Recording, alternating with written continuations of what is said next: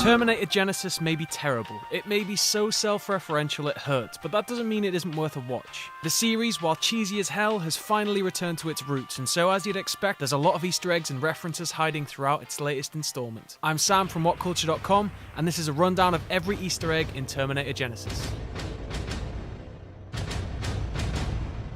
Spoilers, obviously. The opening voiceover states that Judgment Day occurred on August 29th, 1997, which is the day outlined for the event in Terminator 2, which I guess means they vetoed film 3 and 4. John's referred to as a prophet by Kyle Reese in the opening, which is a nod to Salvation, in which he's accused of being a false prophet by Resistance leaders. To be more in line with his original appearance in Terminator 2, John refers to his mother as Sarah because being edgy by using your mother's first name instead of calling her Mum. The first act of the film pays incredible attention to detail to the original, with everything down to camera angles and movement being identical to how it was in the first film in 1984. When good Arnie fights bad Arnie in the opening act, Sarah helps him win by sniping the bad one in the chest. Good Arnie turns and gives the thumbs up, a nod to the final moments of T2, in which the Terminator gives an emotional John and Sarah the thumbs up as he commits larvicide. This one took a hell of a lot of work on the production team's behalf, as Nike no longer make Vandals. With enough convincing though, they agreed to make a limited run for the shoot so that we could see a direct reference to the first film in Kyle Reese's store escape. And the first big dumb reference... Come with me if you want to live! Arnie trying to smile but coming off like a mentalist returns, frequently. When the team flee the T-1000, their van slams around a corner into a very familiar looking car, the DeLorean, a clear nod to Back to the Future. Robert Patrick was unable to participate in the shooting of the film because of the physical demands of the role of the T-1000, so Byung-Hun Lee's T-1000 has to mimic the original extra hard just to make up for it. Literally everything about Genisys' T-1000 is identical to the T2 original, right down to the movements and facial expressions we see it make throughout the film. Patrick does get a sly uncredited cameo in the hospital fight sequence though, where he plays a patiently waiting civilian. Kind of ironic considering the reason he couldn't be the T-1000 this time was medical.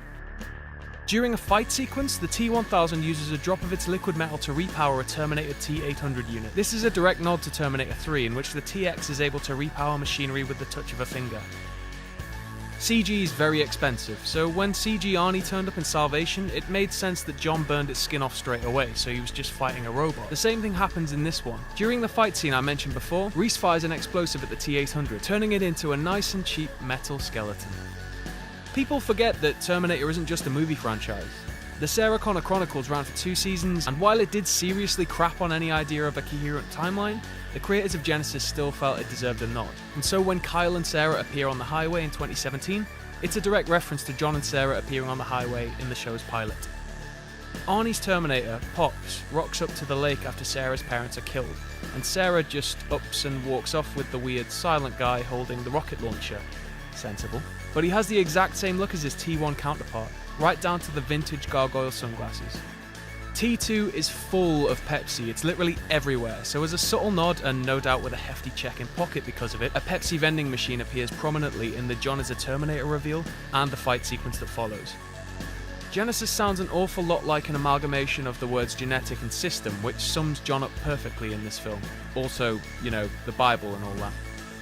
Detective O'Brien is actually one of the film's saving graces, but after the arrival of Kyle Reese, he hit the bottle and people thought he was nuts, because who the hell thinks killer robots actually exist? Because of this, when we get to 2017, his cop buddies mockingly refer to him as Optimus Prime. Miles Dyson makes a cameo, walking and talking with John Connor and his son Danny Dyson about Genisys, except neither he or Danny are played by the original actors. In fact, none of these 3 are the characters' original performers. In typical Terminator fashion, they gave away the plot twist in the second trailer, but John being a Terminator isn't that new an idea. In fact, an alternate ending to Terminator Salvation saw John killed and his flesh applied to Marcus's endoskeleton in order to keep John's legacy alive. Then Robo-John goes a bit psycho and kills all his friends. The machines win. Stunned silence. In Terminator 3, the TX gets lobbed into a particle accelerator and it wreaks havoc on its mechanical structure. There's a nod to this in Genisys when Terminator John gets thrown into a room with an MRI machine. He's pulled layer from layer, just like the TX. Terminator 2 had that big cheesy "I now know why you cry" line about the Terminator finally coming to terms with emotions but never being able to display them itself. Well, as John's pinned to the MRI machine I just mentioned, a solitary tear rolls down his cheek. Terminators can cry now. Brilliant. The end of Terminator 1 sees Sarah ride off into the desert after a gas station attendant tells her there's a storm coming in. In one of Genisys' quieter moments, Kyle tells Sarah about a coming storm, a definite nod to the end of the first film. This one is a bit of a trip, so bear with me. The boombox is a nice little reference that bridges a few films. First seen in Terminator 2 with John's friend Tim, John uses a similar boombox in Salvation to blast Guns N' Roses. This is getting quite meta. The Guns N' Roses track You Could Be Mine was originally the Ramones' I Wanna Be Sedated in the Terminator 2 script. So when we see Sarah with a similar boombox in Genisys and it's blasting I Wanna Be Sedated, we've got a kinda multi-layered Kinder Easter egg going on here. One of the fancier shots from T2 sees the T-1000 emerging from an explosion, all mechanical and chromey-like. This is directly mimicked when John emerges from the fire after an explosion at the crew's hideout in Genisys.